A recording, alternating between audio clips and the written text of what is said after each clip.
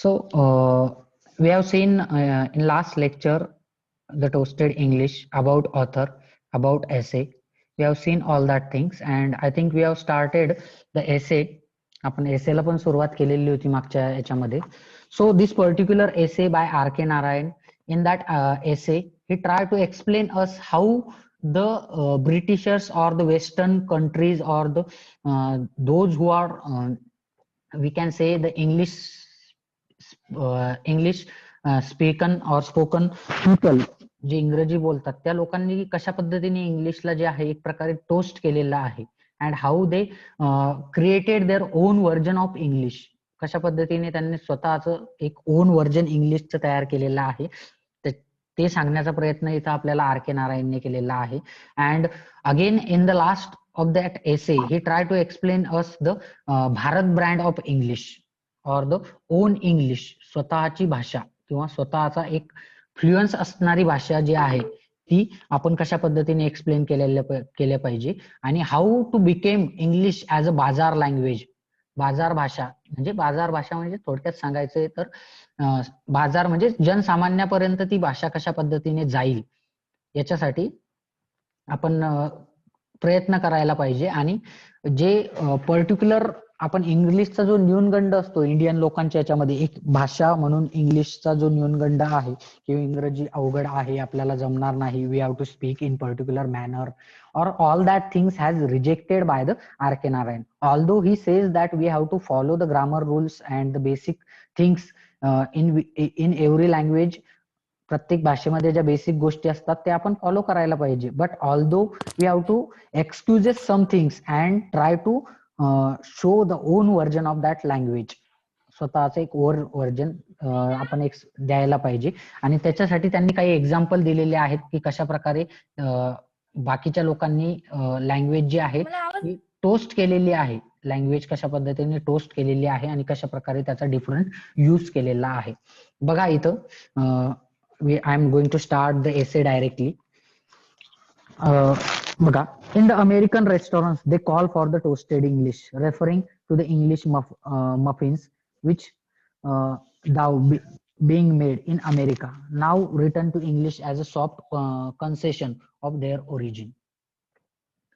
And again in latter he says that Americans too went through the phase of throwing out the British by returning their language and letting it flourish on American soil. And Americans also used the English language but in the different manner. ज्या पद्धतीने American लोकांनी Britishers लोकांना त्यांच्यापासून वेगळं केलं, त्यांच्या देशातून काढून दिलं, त्याच पद्धतीने त्यांनी त्यांची इंग्लिश जरी त्यांच्याकडे ठेवली but they have make their own version of English language through their soil मधून म्हणजे स्वतःच्या मातीमधून म्हणजे स्वतःच्या उत्पत्तीतून त्यांनी एक स्वतःची वेगळी लँग्वेज किंवा वेगळी आपण त्यांनी काय म्हणता येईल त्याला एक वेगळी लँग्वेज जी आहे इंग्लिश लँग्वेज त्यांनी तयार केलेली आपल्याला आढळते.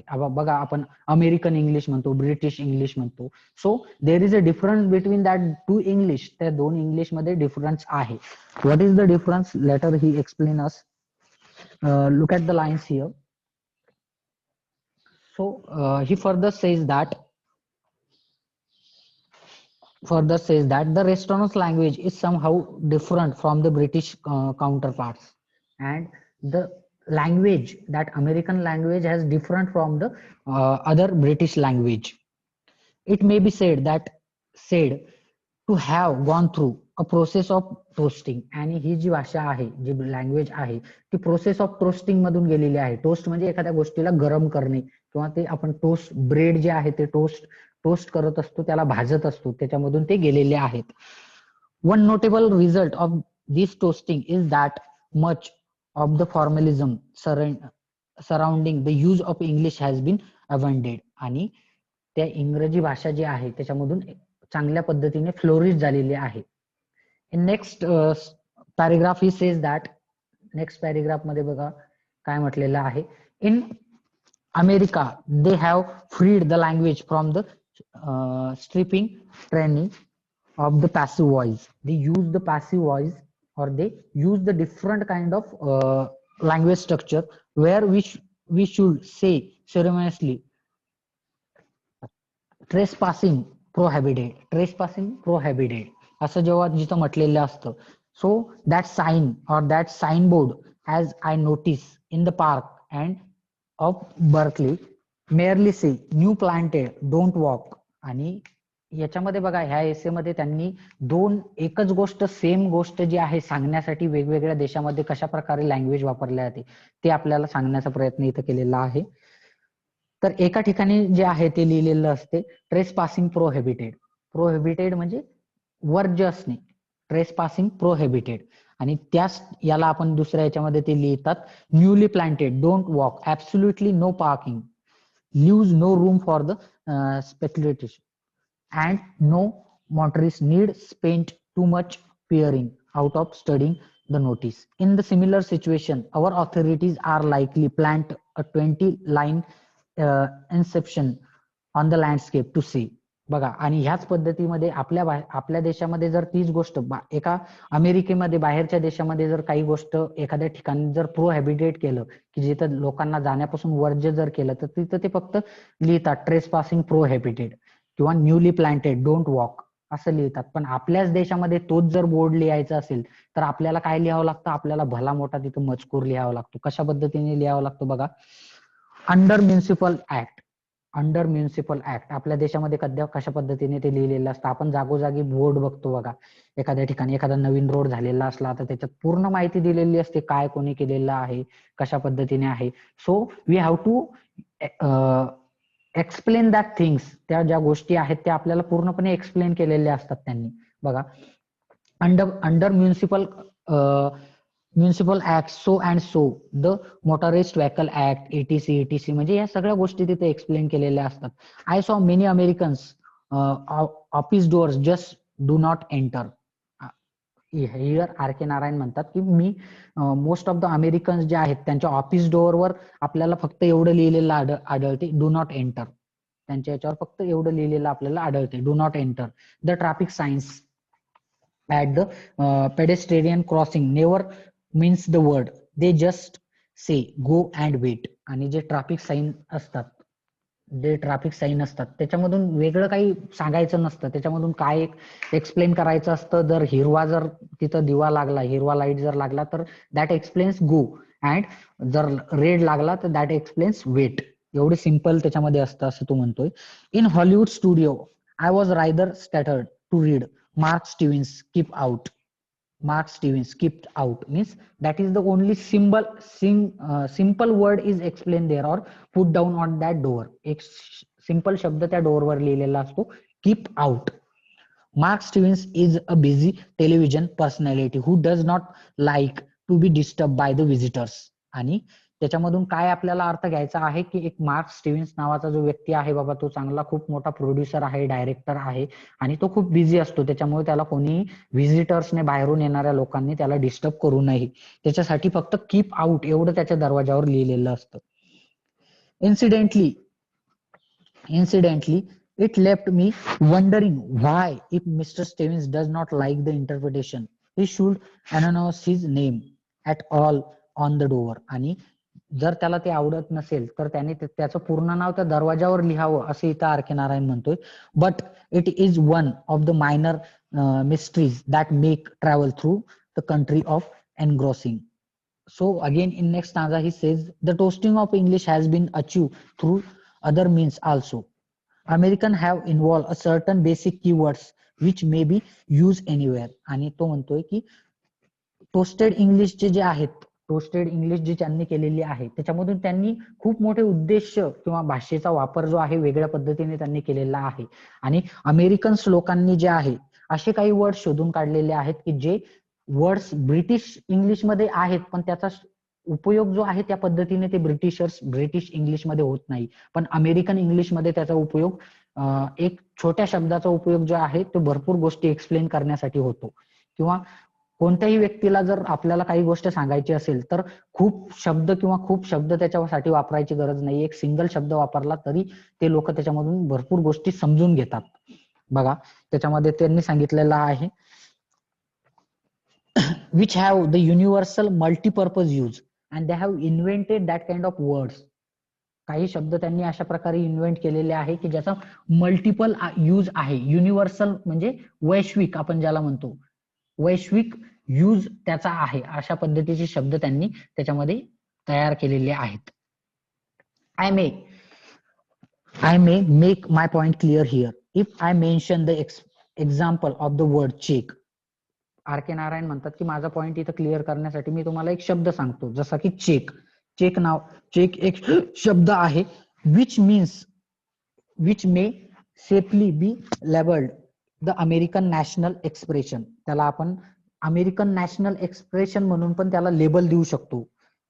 Which British use confirms it to its bear the dictionary definition. आणि त्याची डिक्शनरी डेफिनेशन जर बघितली तुम्ही ब्रिटिश याच्यामध्ये तर ती वेगळीच निघते, त्या शब्दाचा अर्थ वेगळाच निघतो. पण त्याला ऍक्च्युअल मध्ये ज्यावेळेस लोक त्या शब्दाला यूज करतायत तर त्याचा वेगवेगळा अर्थ त्याच्यामधून ते घेतात. The American use it anywhere. आणि अमेरिकन लोकांनी तो चेक शब्द जो आहे तो सगळीकडे त्यांनी यूज केलेला आहे.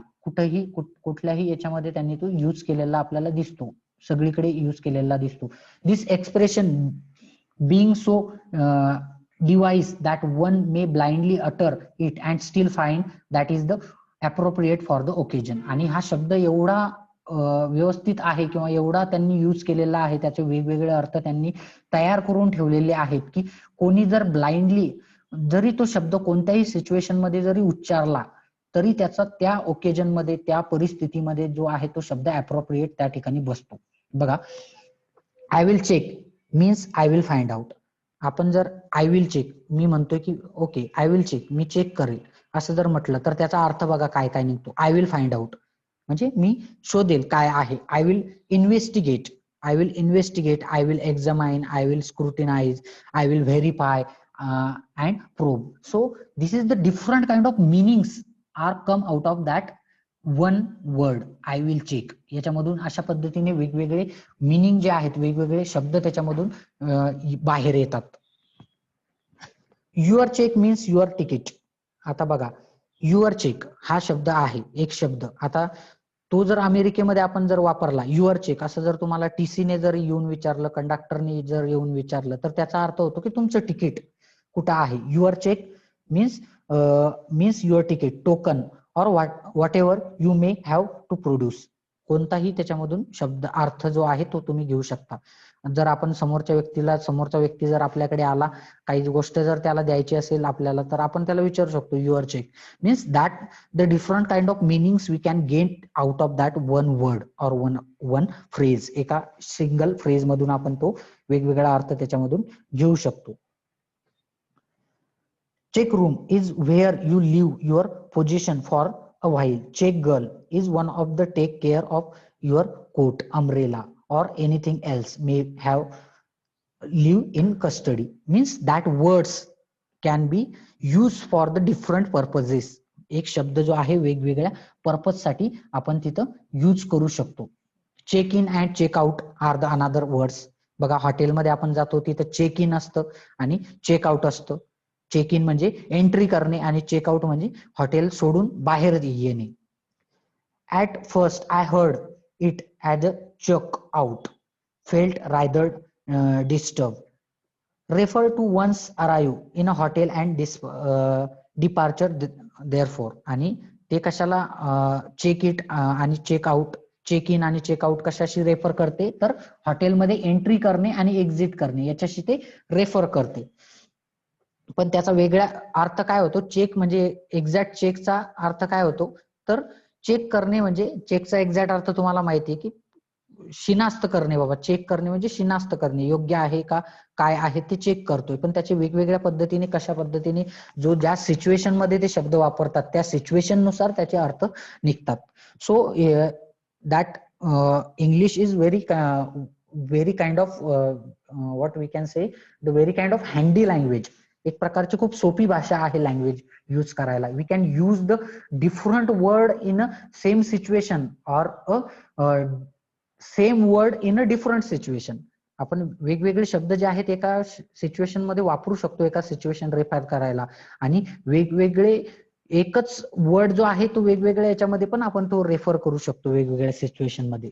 So this is the English language.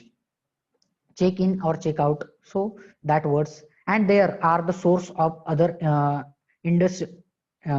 incidental use of the word. If you are ever heard of for a noun or a verb, you may be safely utter the word check and feel confident that it will fit in. आणि कोणत्याही परिस्थितीमध्ये ते शब्द fit होऊन जातात. Fabulous is another word. ते आता दुसऱ्या वर्ड बद्दल सांगताय की फॅब्युलस. फॅब्युलसचा अर्थ काय होतो? एक्स्ट्रा ऑर्डिनरी, व्हेरी गुड आपण ज्याला म्हणतो.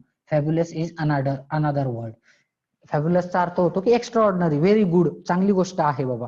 Fabulous, that word is another word that is use in the country freely. आणि हा एक दुसरा शब्द आहे की जो अमेरिकेमध्ये खूप फ्रीली यूज होतो without much premeditation. Of course everyone knows what fabulous means. आपल्याला माहिती आहे की फॅब्युलसचा अर्थ काय होतो. But American usage has enlarge it sense. पण अमेरिकन याच्यामध्ये जे आहे त्याचा यूज जो आहे त्यांनी इनलार्ज केलेला आहे, वाढवलेला आहे. इनलार्ज करणे म्हणजे वाढवणे. त्यांनी त्याचा यूज जो आहे वाढवलेला आहे. इट सेन्स, त्याच्या याच्यामधून वेगवेगळे अर्थ ते घेतात. I found a lady in Wisconsin declare o those cats of mine are fabulous. एक लेडी मी अशी बघितली, आर के नारायण म्हणतात की ती म्हणते की oh so my cats are fabulous. माझ्या ज्या कॅट्स मांजरी आहेत त्या फॅब्युलस आहेत. So meaning that they were the eccentric. Oh, so and so he is fabulous. So and so he is fabulous means they are using that fabulous words everywhere. प्रत्येक ठिकाणी जे आहेत ते तो शब्द यूज करतात आणि समोरचा व्यक्ती जो आहे त्याच्यामधून त्याचा अर्थ व्यवस्थित घेऊन घेतो. त्याला हे समजायची गरज नाही पडत की फॅब्युलसचा एक्झॅक्ट अर्थ हा होतो आणि याला म्हणायचं कोणत्या याच्यातून आहे. तर वेगवेगळ्या परिस्थितीमध्ये जे शब्द यूज होतात त्याच्यामधून ते एक्झॅक्टली मिनिंग त्याचा घेतात. Many mean anything from a sincere compliment to an insinuation that so and display a mild form of charming lunacy. So these kind of words have used in a same situation. एका same situation मध्ये त्या पद्धतीचे words ते use करतात. And that words has enlarge in that sense. Enlarge केलेलं आहे त्याचं meaning जे आहे त्यांनी वेगवेगळ्या पद्धतीने ते शब्दाचे मिनिंग त्यांनी घेतलेले आहेत. So okay is another well known example. आता नेक्स्ट याच्याबद्दल ते सांगताय की ओके हा शब्द जो आहे, ओके हा शब्द आपण पण कुठं पण वापरतो. ओके शब्दाचा अर्थ जे आहे तर हा शब्द आपण पण कुठं पण वापरतो. आपल्याला कुठेही आपण कोणालाही ओके म्हणतो. ओके प्रत्येक सिच्युएशन मध्ये वी यूज दॅट वर्ड्स. आपण हे शब्द प्रत्येक वेळेस यूज करत असतो. So okay is another example. R K Narayan is saying that okay is another well known example. It is the easiest sound that ever enhance from the human vocal cords. Human vocal cords म्हणजे vocal cords म्हणजे आपला जिथून ध्वनी तयार होतो आपल्या गळ्यामध्ये. तुम्ही हात लावला बघा तुमच्या याला तर तुम्हाला व्होकल कॉर्ड्स तुमचे जाणवतात. व्होकल कॉर्ड्स म्हणजे जिथून तुमचा साऊंड प्रोड्यूस होत असतो. तर त्या साऊंड प्रोड्यूस होण्याच्या याच्यातून ओके हा शब्द असा आहे की तो खूप सिंपल आहे प्रोड्यूस करायला. ओके आपण सिम्पली म्हणू शकतो okay. So vocal cords, everyone knows how the comprehension its sense can be, and we know exactly the meaning of that okay. Okay is the self-sufficient word which needs no suffix to indicate any special respect for the listeners. आणि okay जे आहे त्याला असं कुठल्याही प्रकारचं सफिक्सची गरज नाहीये. Suffix म्हणजे सफिक्स अँड प्रिफिक्सेस म्हणजे शब्दाच्या अगोदर लागणारे पर्याय. सफिक्स आणि प्रिफिक्सेस त्याला आपण म्हणतो. शब्दाच्या प्रत्यय अगोदर लागणारे आणि नंतर लागणारे त्याला आपण प्रत्यय म्हणतो. तर त्या ओकेला कुठल्याही प्रत्ययाची गरज नाहीये. एखाद्या व्यक्तीने जर तुम्हाला एखादी गोष्ट ऑर्डर केली किंवा रिक्वेस्ट केली तर आपण okay simply we can say the okay. There is no need to say that okay sir, okay ma'am, okay okay okay mom, okay dad असं म्हणायची गरज नाहीये. If you simply say okay तरी त्याचा मिनिंग आहे तो त्याच्यामधून we can produce that meaning. आपण तरी पण तो मिनिंग जो आहे त्याच्यामधून प्रोड्यूस करू शकतो. Okay is a self sufficient word. ओकेला सेल्फ सफिशियंट वर्ड म्हटलेला आहे त्यांनी. And there is no need of any suffixes or prefixes to indicate any special respect for the listeners. It can be stand by itself without sir to conclude the sentence. आणि तो sentence conclude करायला किंवा एखादं conversation जे आहे ते complete करायला तो एखादा शब्द जो आहे तो एक शब्द ओके हा शब्द पण सफिशियंट आहे, त्याच्या समोर किंवा अगोदर काहीही म्हणायची गरज नाहीये. बघा, in next he says that in this respect it is like या, आणि या that is the another word. Okay हा शब्द कसा आहे, या, ओके बरं आपण ज्याला म्हणतो मराठीमध्ये, याचा अर्थ काय होतो तर आपण मराठीमध्ये त्याला बरं असं म्हणू शकतो. एखाद्या व्यक्तीने जर आपल्याला म्हटलं मला पाण्याचा ग्लास भरून दे बरं, तर आपण म्हणतो ठीक आहे बरं देतो.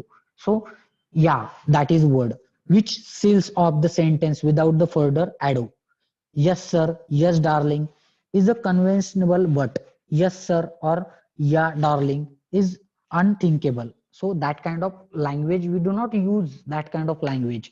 Yeah is uttered in a short base of the tongue, grant, and या जो शब्द आहे so it is uttered म्हणजे उच्चारणे in a short base of the tongue, एकदम शॉर्ट टाइमामध्ये जे आहे आपण तो उच्चारतो, आणि त्याच्या समोर या डार्लिंग, या सर, सो असं sir, darling or that suffixes किंवा प्रिफिक्सेस लावायची गरज नाहीये.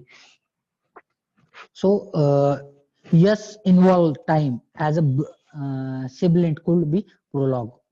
So in that again he says that the referment of uses of countries where the English has a bazaar state as worth a study. So that kind of states or that kind of countries where the language has or that English language has a bazaar state. bazaar state असणे म्हणजे एखादी गोष्ट बाजारू होणे म्हणजे ती गोष्ट सर्वांसाठी खुली होणे, सर्वांना मुबलक खुली होणे. तर English has a bazaar language, बाजार स्टेट म्हटलेलं की इंग्लिश भाषा जी आहे ती सर्वांपर्यंत पोहोचलेली आहे अशा देशामध्ये. Of study on a London bus you will never here the conductor cry